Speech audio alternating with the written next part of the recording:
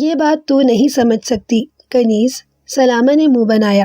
محبت کی زبان نہیں ہوتی، محبت کا اظہار بھی الفاظ کا محتاج نہیں ہوتا۔ اس کی زبان و بیان کا انداز جدا ہوتا جا رہا تھا۔ تو پھر تڑپتی رہیے یوں ہی۔ لونڈی جھلا گئی۔ بی بی، جب تک بچہ روتا نہیں ماں اسے دودھ نہیں پلاتی۔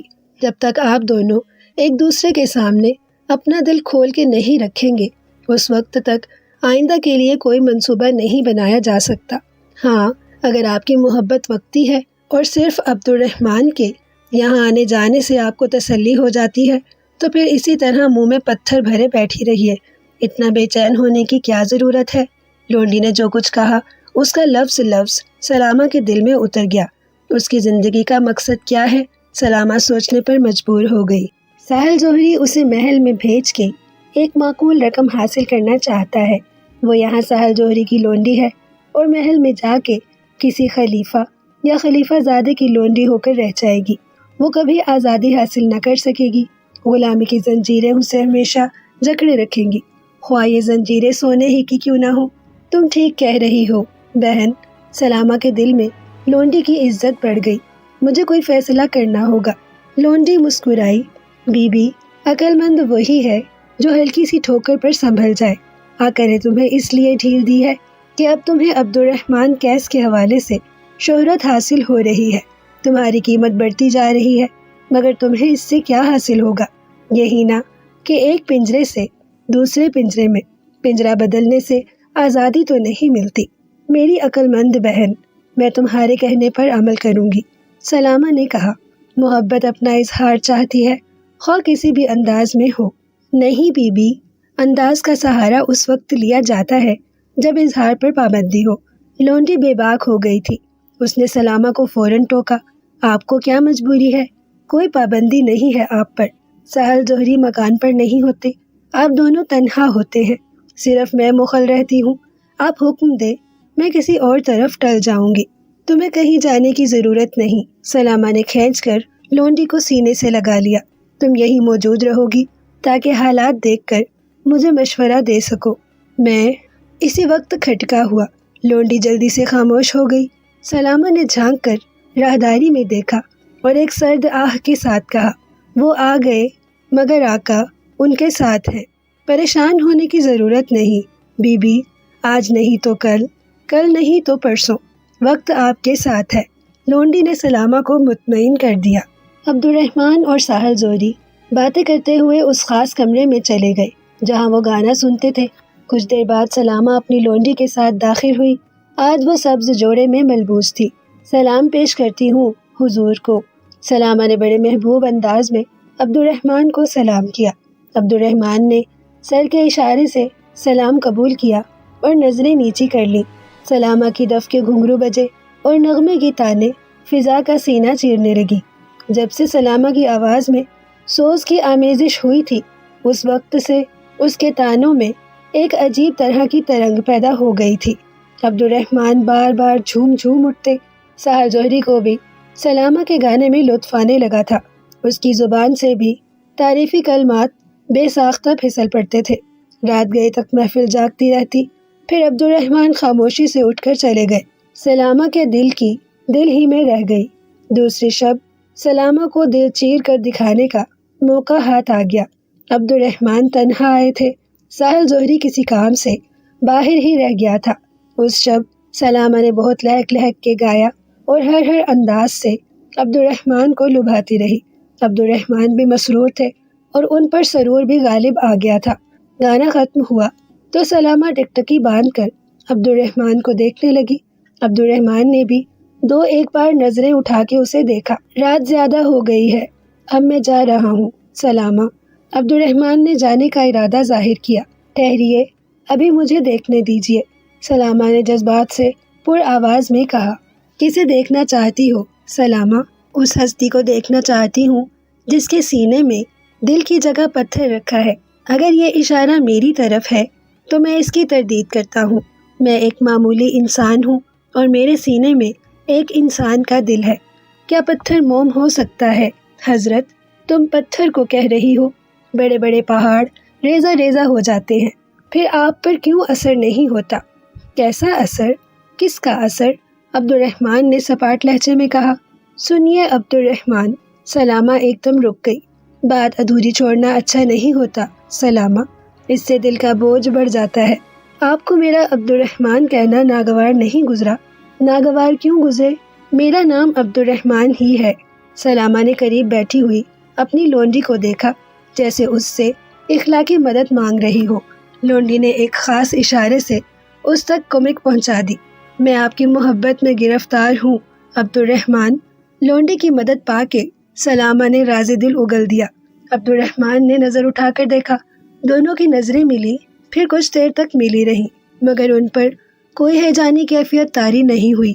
چہرہ تاثرات سے بالکل خالی تھا۔ سلامہ بے چین ہو گئی، اسے محبت کا جواب محبت سے نہیں ملا تھا۔ لونڈی کا منہ بھی اتر گیا تھا۔ چند لمحے یوں ہی گزر گئے، آخر سلامہ چیخ سی پڑی، میں تمہارے لیے بے قرار ہوں عبد الرحمن، اب مجھ سے صبر کا دامن نہیں سنبھالا جاتا۔ میرا بھی یہی حال ہے سلامہ، عبد الرحمن نے بڑی سادگی سے جواب دیا۔ کیا کہا آپ نے؟ سلامہ کی آنکھیں حیرت سے پھیل گئی، اسے اپنے کانوں پر یقین نہیں آ رہا تھا۔ ایک بار پھر کہیے عبد الرحمن، میں خواب تو نہیں دیکھ رہی ہوں؟ کیا کہوں سلامہ، تم نے کیا پوچھا تھا مجھ سے؟ عبد الرحمن جیسے انجان بن گئے۔ میں نے کہا تھا اے سنگ دل عبد الرحمن، میں آپ کی محبت میں گرفتار ہوں اور دل ہے کہ بے صبرا ہوا جاتا ہے۔ سلامہ نے رک رک کر مدعا بیان کیا۔ میرے دل کا بھی یہی حال ہے سلامہ۔ یہ کہتے ہوئے عبد الرحمن کھڑے ہوئے اور سلامہ اور اس کی لونڈی کو حیرت زدہ چھوڑ کر کمرے سے نکل گئے۔ عبد الرحمن کے جانے کے بعد سلامہ اور اس کی کنیز ایک دوسرے کو حیرت سے دیکھتی رہیں، پھر یہ تاثر کم ہوا اور حیرت کی لکیروں میں مسرت کی کرنیں بکھر گئیں۔ کنیز نے مسکرا کے کہا، بی بی مبارک ہو، عبد الرحمن نے آپ کی محبت کا جواب محبت سے دیا۔ بہن، کیا تم نے وہ الفاظ سنے تھے؟ مجھے تو اب تک یقین نہیں آ رہا ہے۔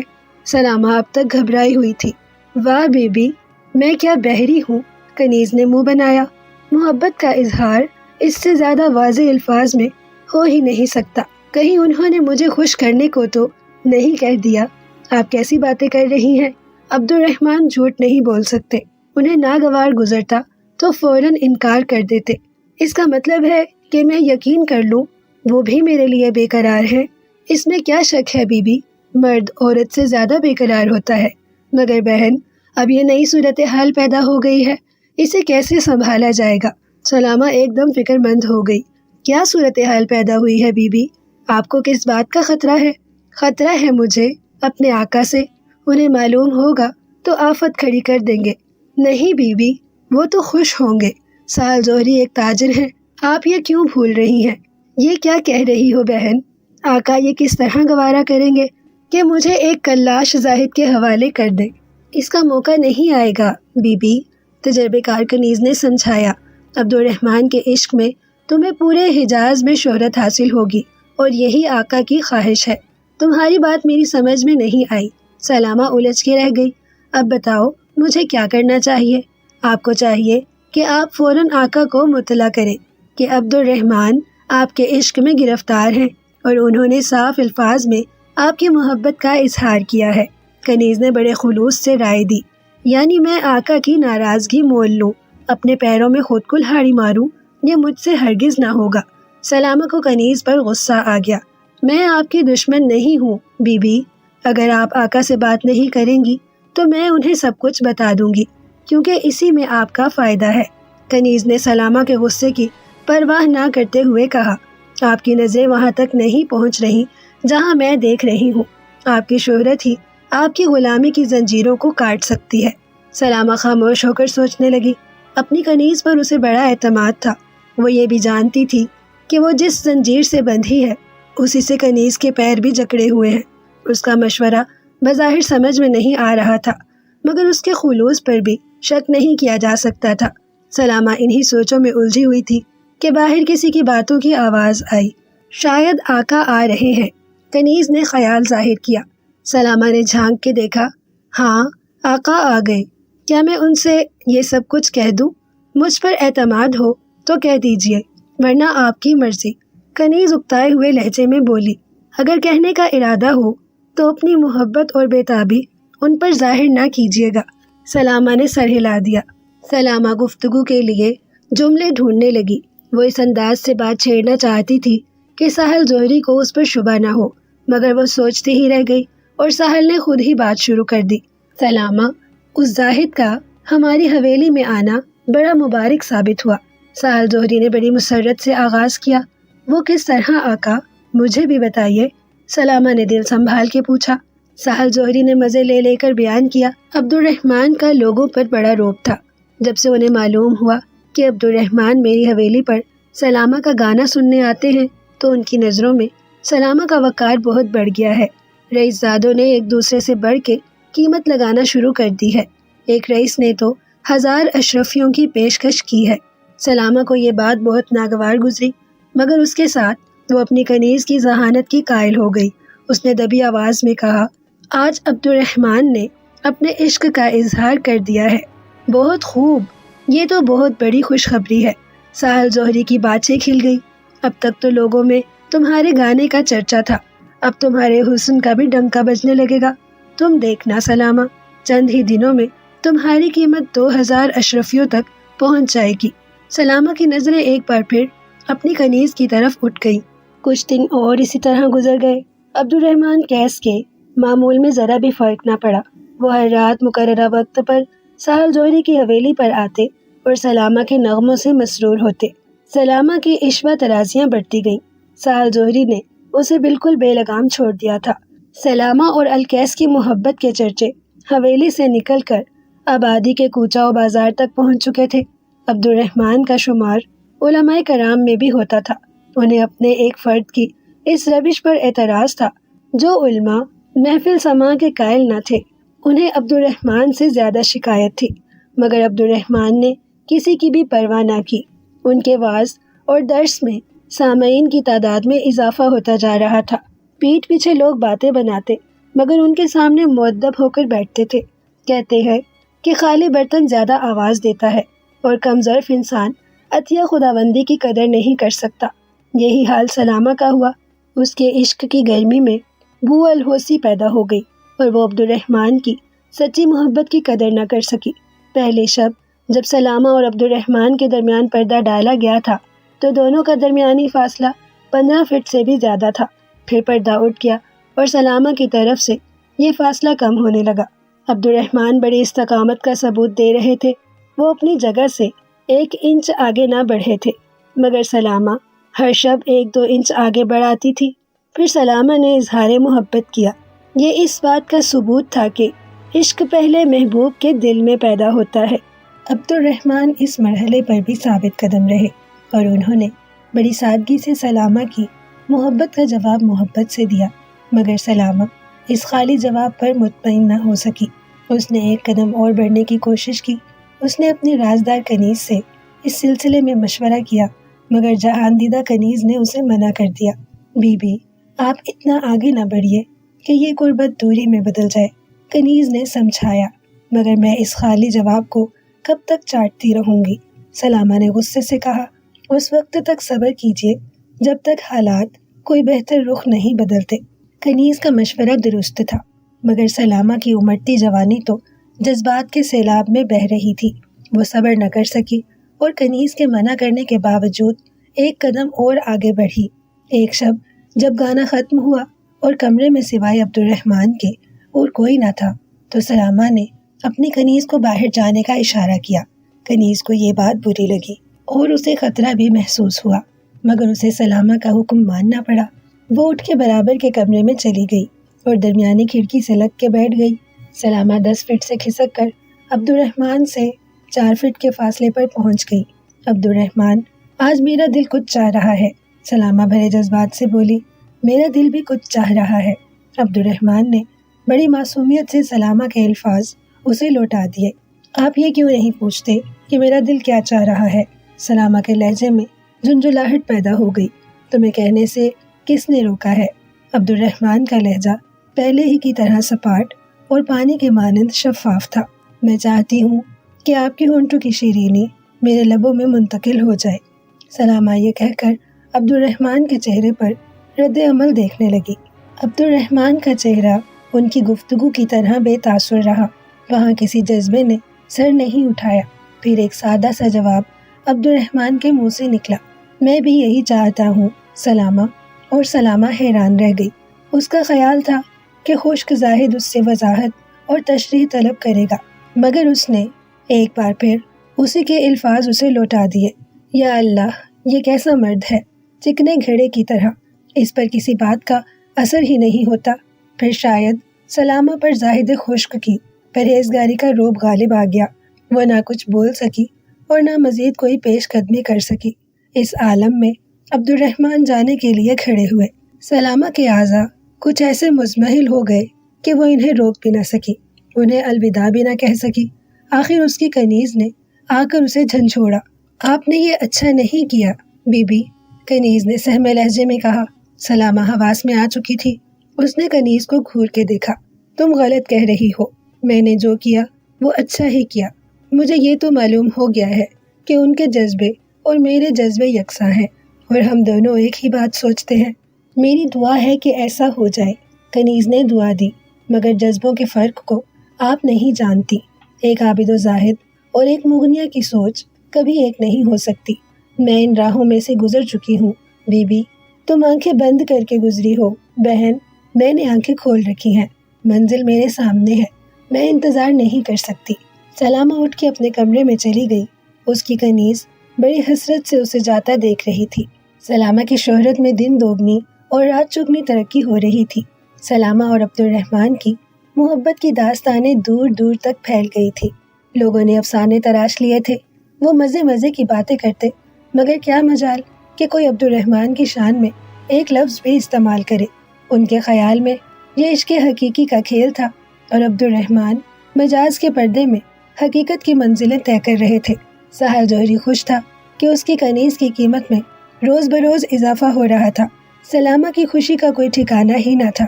وہ مسرت سے پھولے نہ سماتی تھی۔ عبد الرحمن اس کی ہر بات کا مثبت میں جواب دیتے تھے۔ سلامہ کی طبیعت میں تمکنت کے ساتھ غرور پیدا ہو گیا تھا۔ اب وہ سہل جوہری کی بھی پرواہ نہ کرتی تھی اور انہیں سخت جواب دیتی تھی۔ سہل جوہری ہنس کے ٹال جاتا تھا۔ سلامہ ایک ایسی دودھاری گائے تھی جس سے وہ زیادہ سے زیادہ دودھ حاصل کرنا چاہتا تھا۔ اور پھر وہ وقت بھی آ گیا کہ سہل جوہری کی کنیز سلامہ القیس کے نام سے ابھر کر سامنے آئی۔ اب وہ راہب اور عابد و زاہد عبد الرحمن کی محبوبہ کہلاتی تھی، مگر اس پر بجا طور پر فخر کرتی تھی۔ مگر شیطان اندر ہی اندر اپنا کام کر رہا تھا۔ سلامہ کے دل میں جو فاسد خیالات پیدا ہو رہے تھے، اس سے اس کی لونڈی سخت پریشان تھی۔ اس نے عبد الرحمن کی طبیعت کا بڑے غور سے مطالعہ کیا تھا اور اسے اندازہ ہو گیا تھا کہ عبد الرحمن وہ نہیں ہے جو ظاہر میں نظر آتے ہیں۔ سلامہ کے پرجوش جذبات پر انہوں نے اپنی سادگی کا مضبوط بند باندھ رکھا تھا، اور کنیز کو یہ خطرہ تھا کہ سلامہ نے جس دن بھی اس بند کو توڑنے کی کوشش کی، اس دن ایک ایسا سیلاب آئے گا جو پتہ نہیں کس کس کو بہا کر ساتھ لے جائے گا۔ آخر سلامہ کی جوانی کے فاسد خیالوں نے ایک شب عبد الرحمن کے باندھے بند پر کاری ضرب لگائی۔ اس رات جب نغمے سننے کے بعد عبد الرحمن رخصت ہونے لگے تو سلامہ کا صبر بھی رخصت ہو گیا۔ لونڈی کو تو وہ کمرے میں نہ بیٹھنے دیتی تھی، مگر دوسرے کمرے میں وہ بیٹھ کر سلامہ کی باتیں سنتی اور حرکتیں دیکھتی رہتی تھی۔ سلامہ نے جذبات میں ڈوبی ہوئی آواز میں عبد الرحمن کو مخاطب کیا۔ آج میرا دل کچھ چاہ رہا ہے۔ دل کیا چاہ رہا ہے سلامہ؟ عبد الرحمن نے سادگی سے پوچھا۔ میرا دل چاہ رہا ہے کہ آپ کے سینے کی دھڑکن سے اس قدر قریب ہو جاؤ کہ میرے سینے کی دھڑکن اس میں شامل ہو جائے۔ عبد الرحمن کے چہرے پر کوئی کیفیت نہ پیدا ہوئی اور نہ ہی کسی قسم کا تاثر ابھرا۔ وہ بڑی ہی سادگی سے بولے، سلامہ، میرا دل بھی یہی چاہ رہا ہے۔ سلامہ کا چہرہ خوشی سے دمک اٹھا۔ اس نے عالم مستی میں کہا، عبد الرحمن، میں کس قدر خوش نصیب ہوں۔ میرے دل کی صدا تمہارے دل نے سن لی۔ یہ چمکتی ہوئی چاندنی اور یہ مترنم فضائیں بھی یہی چاہتی ہیں۔ جذبات بے چین ہیں اور ارمان دہائی دے رہے ہیں۔ وقت نے موقع دیا ہے، تمہیں کوئی چیز مانے نہیں۔ کون روک سکتا ہے تمہیں؟ مجتہد، متقی، عابد و پرہیزگار عبد الرحمن القیس نے پہلی بار سلامہ کو ایسی نظر سے دیکھا کہ وہ کانپ اٹھی۔ سلامہ، تمہاری بینائی زائل ہو گئی ہے اور تمہارے کان بند ہیں۔ مجھے ایک چیز مانے ہے، ایک آواز روکتی ہے، اور وہ چیز اور یہ آواز ارشاد خداوندی ہے۔ حضرت عبد الرحمن نے کلام اللہ کی ایک آیت پڑھی اور وضاحت کرتے ہوئے کہا، اور مجھے گوارا نہیں کہ ہماری باہمی محبت کبھی دشمنی میں تبدیل ہو جائے۔ عبد الرحمن نے یہ کہا اور تیزی سے کمرے سے نکل گئے۔ سلامہ ہکا بکا رہ گئی اور اس کی لونڈی دوسرے کمرے سے بھاگ کے آئی اور اس نے سلامہ کو سہارا دیا، ورنہ وہ گر کر بے ہوش ہو جاتی۔ کچھ دیر بعد سلامہ کے حواس درست ہوئے تو اس نے بڑی حسرت سے کہا، یہ کیا ہو گیا بہن؟ وہ تو میری ہر بات پر یقین کی مہر لگاتے تھے۔ بی بی، آپ نے عبد الرحمن کو کھو دیا۔ اللہ والے کی محبت کو آپ سمجھ ہی نہ سکی۔ آپ نے انہیں دعوت گناہ دے کر ہمیشہ کے لیے اپنا راستہ بند کر لیا۔ اب وہ واپس نہیں آئیں گے، کبھی نہیں آئیں گے۔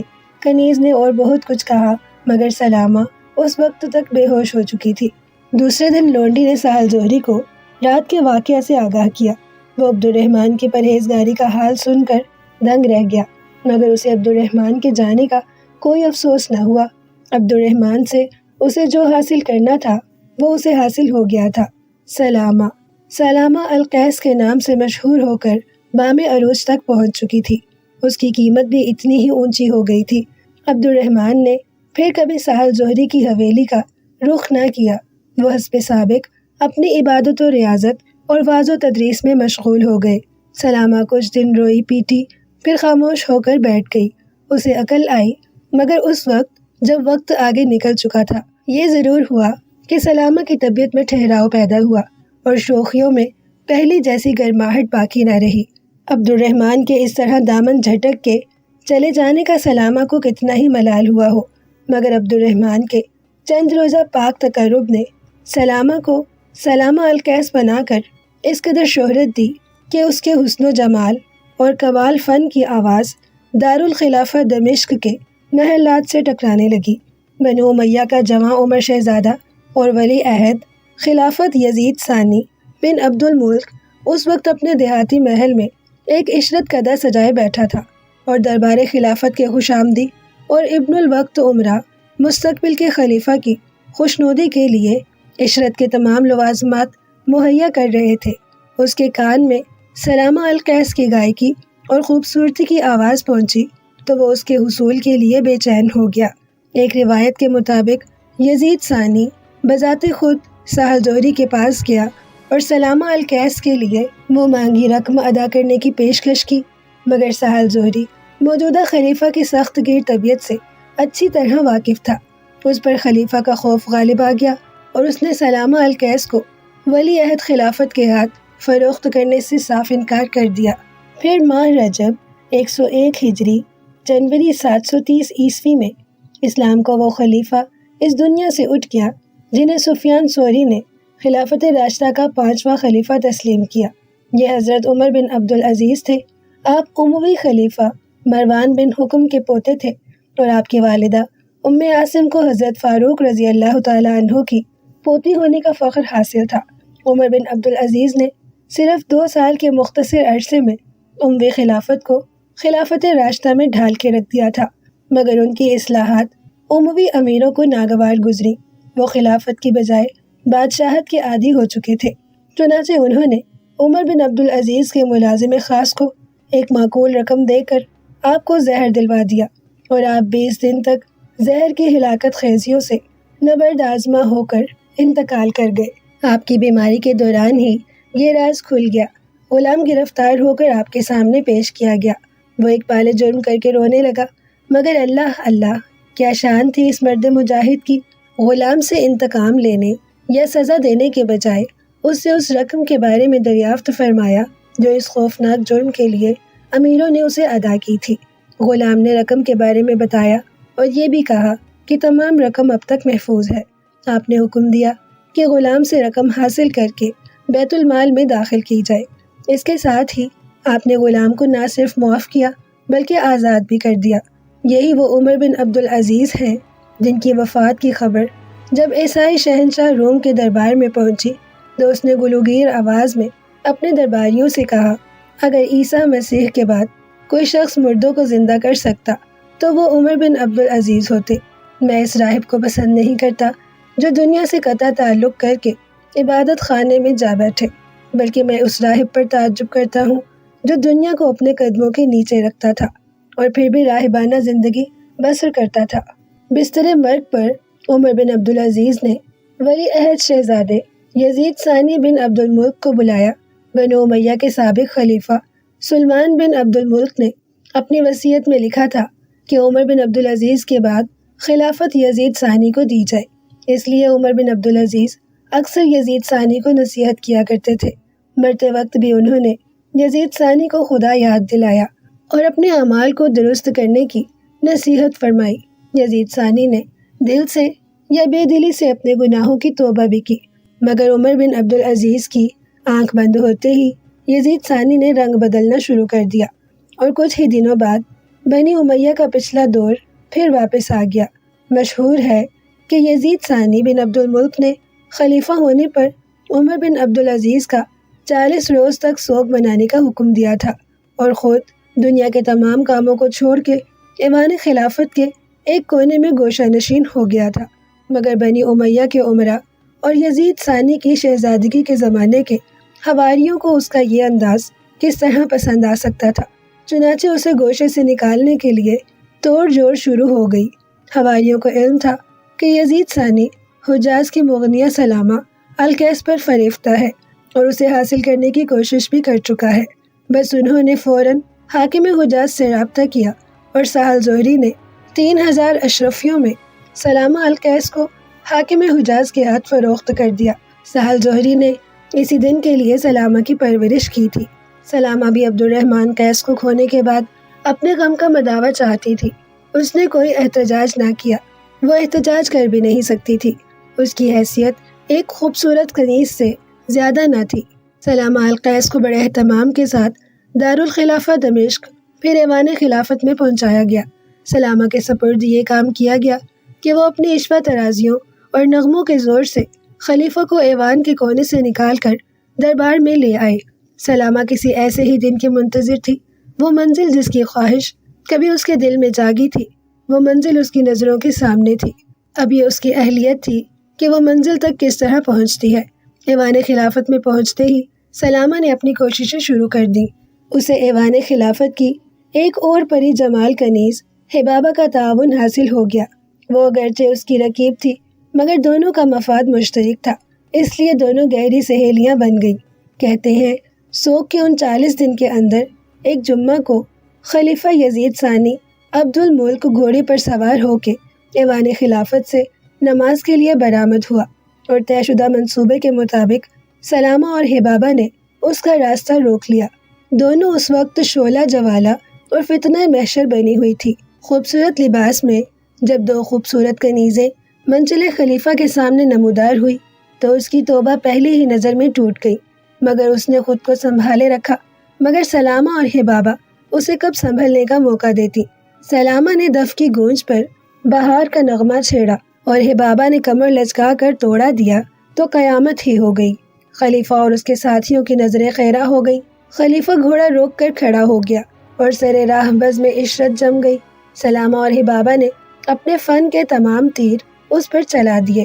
اب وہ مست و بے خود ہو گیا۔ پھر یہاں تک نوبت پہنچی کہ خلیفہ گھوڑے سے اتر پڑا۔ اس نے سلامہ اور حبابہ کے ہاتھ پکڑے اور مسجد سے منہ موڑ کے خلافت میں واپس چلا گیا۔